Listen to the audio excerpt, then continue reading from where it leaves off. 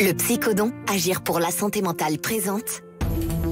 Sud Radio, la roue des émotions, 13h30, 14h, Didier Meyrand.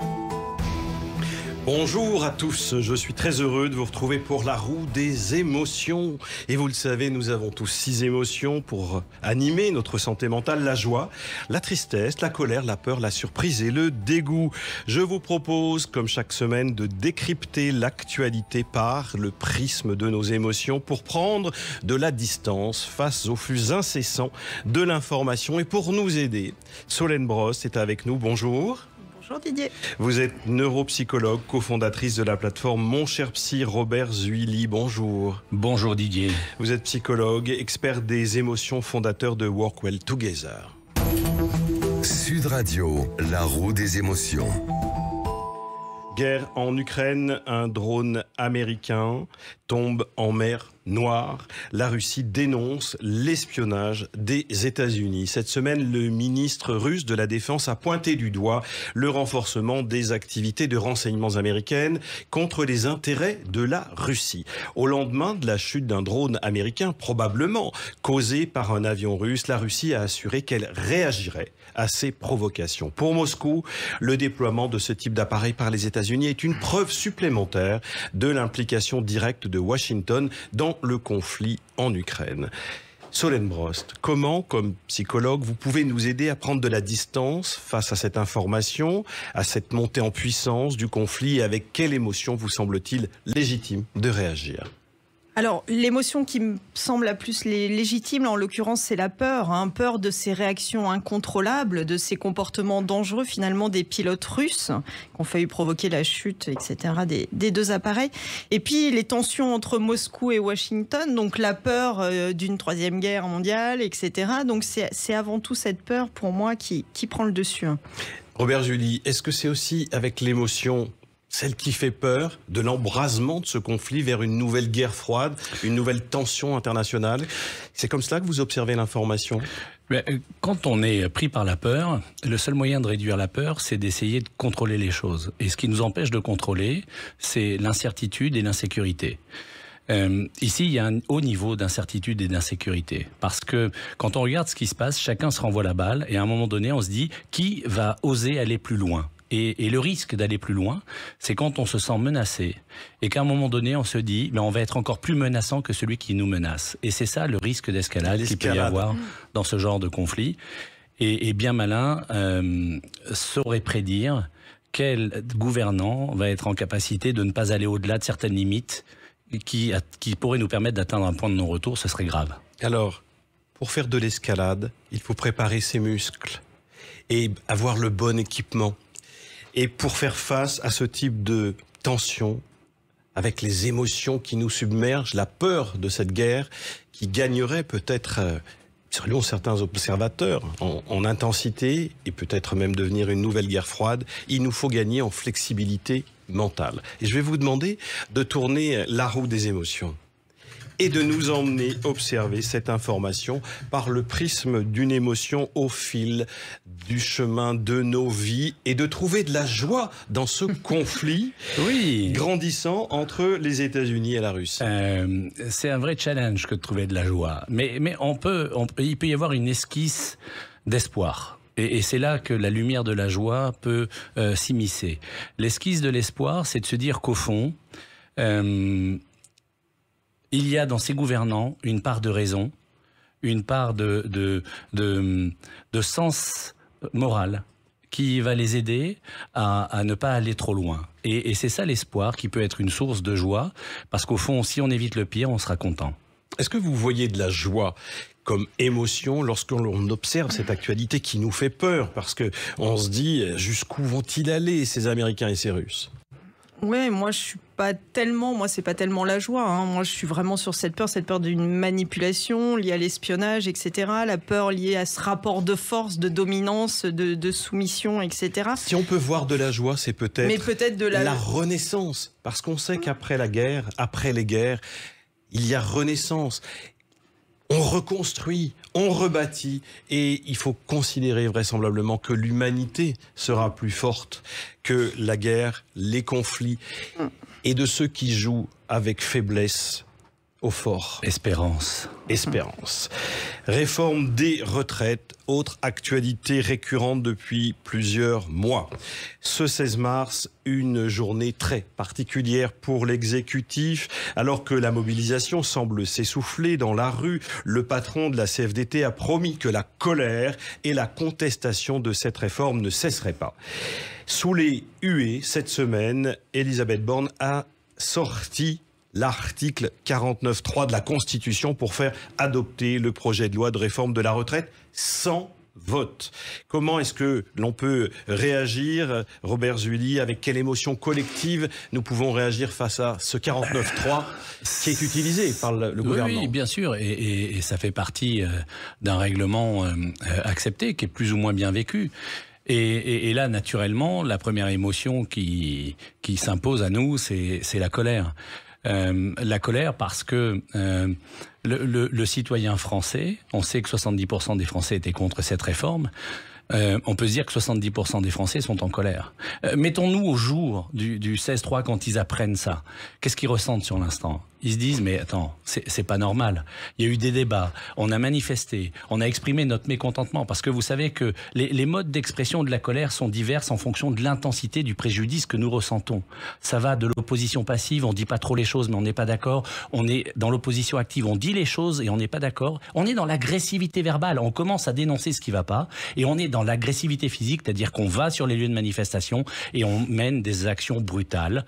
Eh bien, la question qui se pose, c'est comment cette colère va se matérialiser dans les prochaines semaines dans notre société, et on a déjà quelques indicateurs. Solène Brost, comment est-ce que vous réagissez comme psychologue pour nous faire gagner en flexibilité mentale face à cette information? Le gouvernement passe en force ou prend ses responsabilités selon le parti politique duquel on se place. Oui, alors moi, ce qui me marque surtout, c'est au-delà de la colère, c'est peut-être le dégoût, le désespoir des artisans, des apprentis qui vont être pénalisés là par la réforme, etc.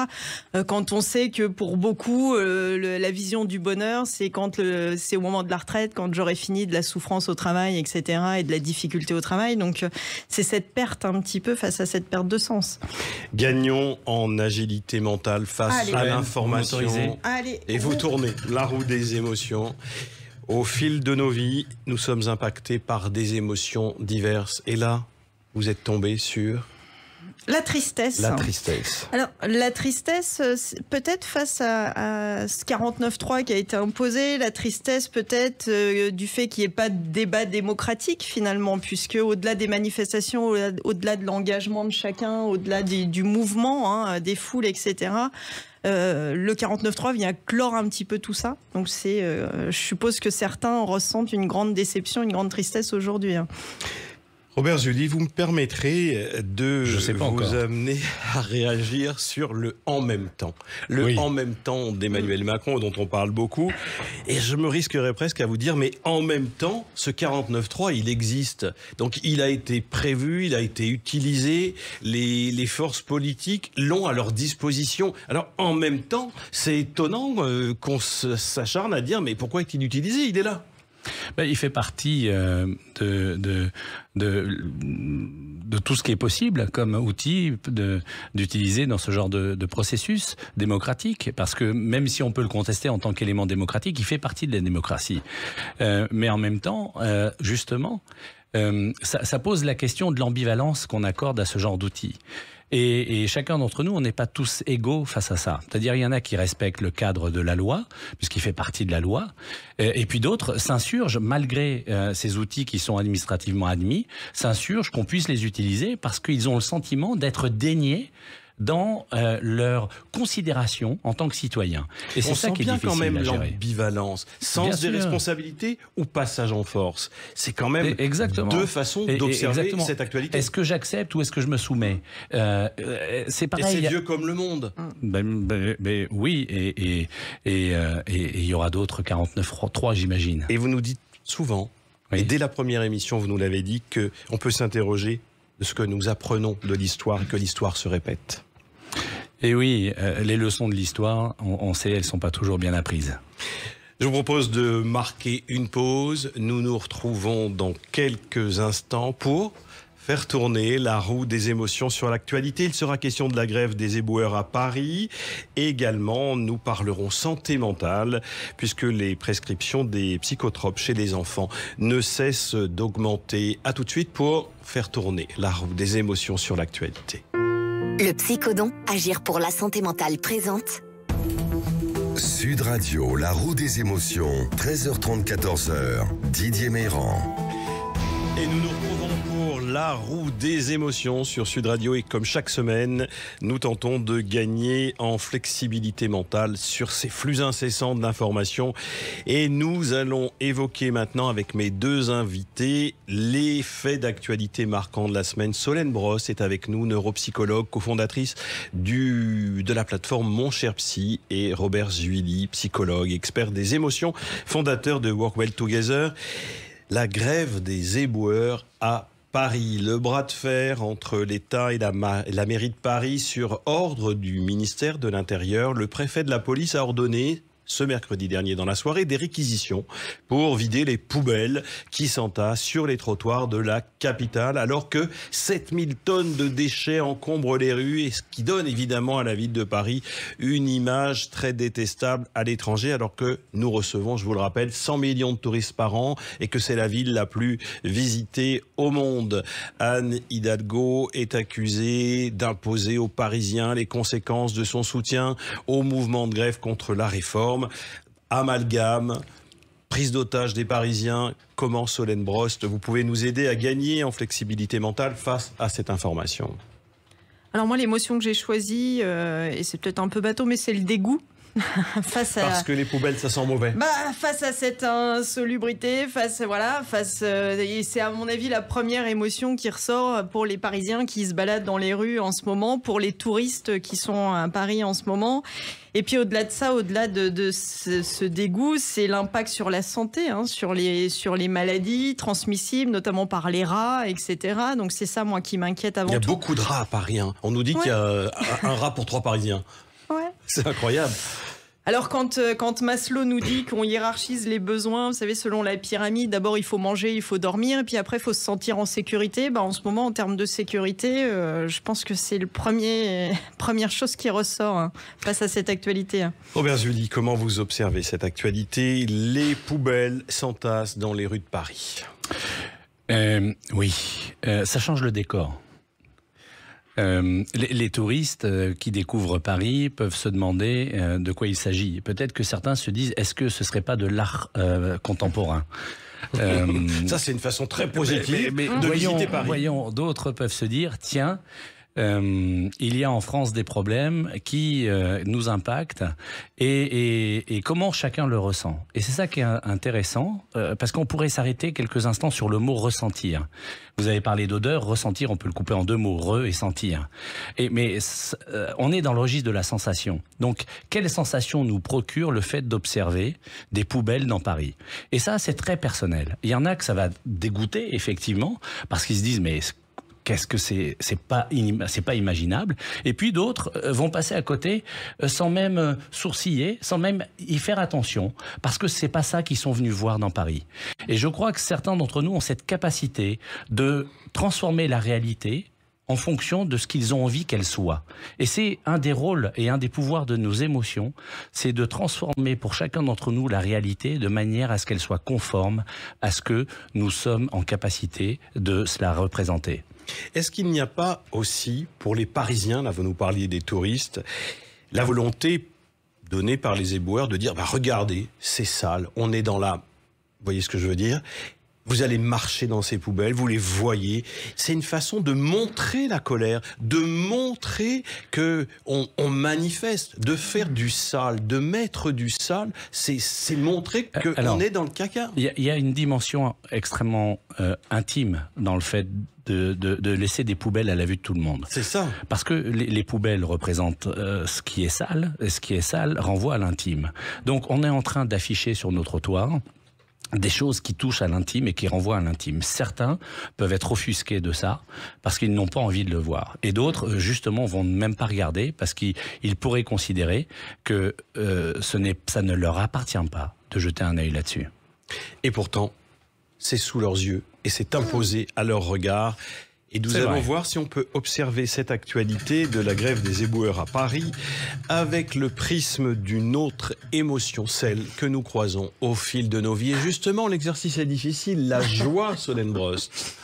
Oh bah, les seuls, je lisais dans un article là-dessus, pas plus tard que ce matin, les seuls qui éprouvent de la joie en ce moment, c'est les pyromanes, qui peuvent s'adonner à enflammer des poubelles en ce moment et qui font fuir.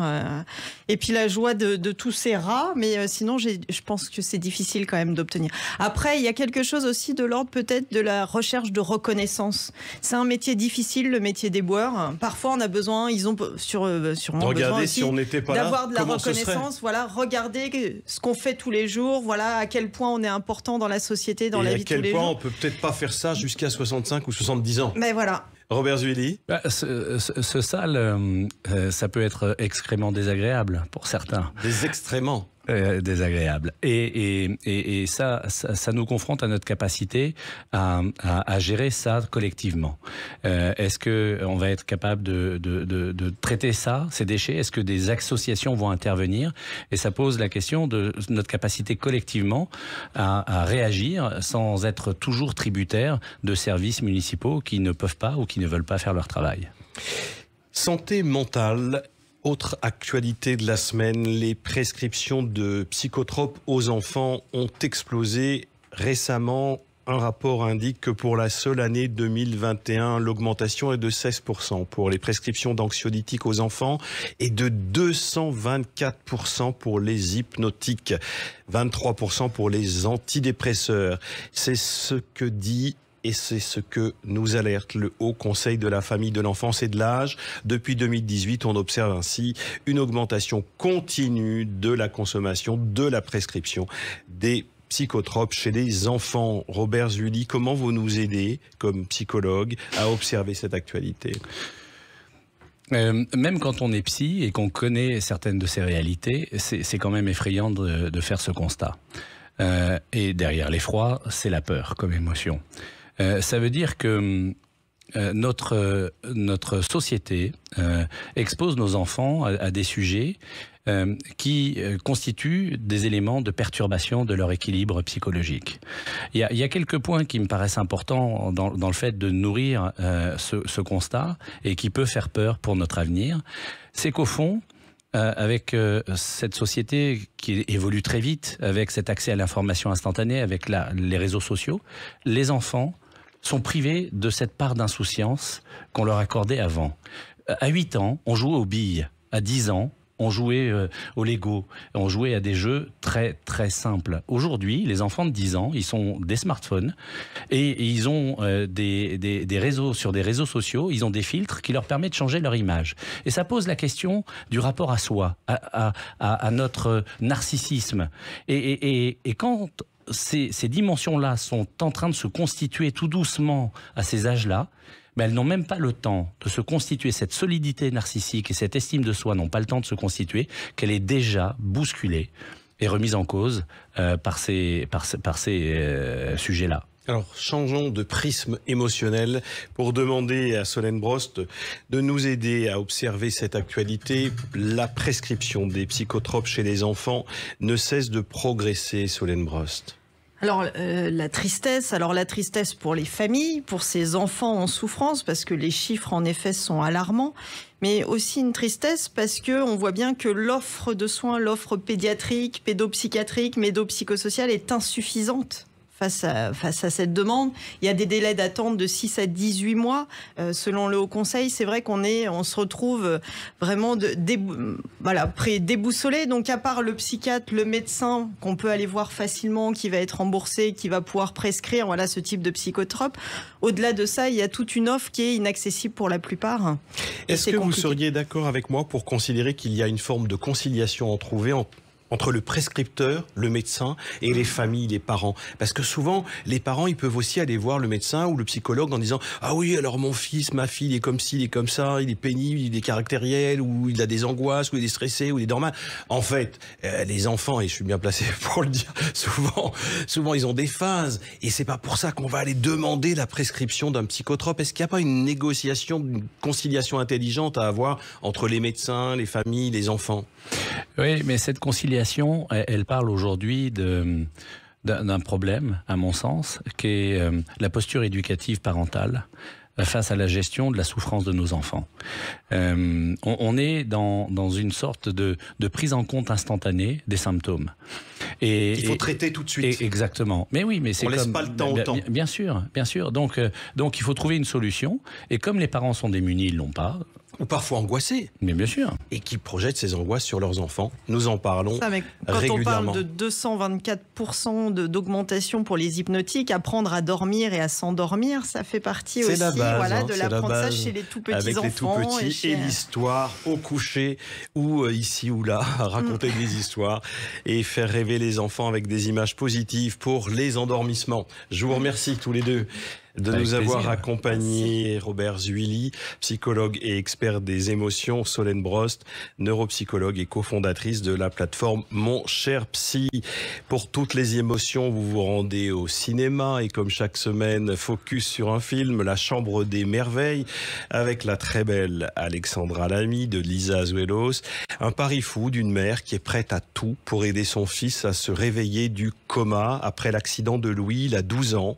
Thelma décide de réaliser à sa place les 10 choses à faire avant la fin du monde, celles qui faisaient rêver son fils. Il les avait inscrites sur son journal intime et voilà que cette maman part au fil de la vie, au fil des émotions, au fil des pays et de l'aventure pour réaliser les rêves de son fils Louis et elle verra combien la vie est belle et combien il doit y revenir et sortir de ce coma. Bon film, bon cinéma. Je vous souhaite à toutes et à tous un excellent week-end et je vous retrouve la semaine prochaine pour faire tourner la roue des émotions sur l'actualité. Au revoir et merci.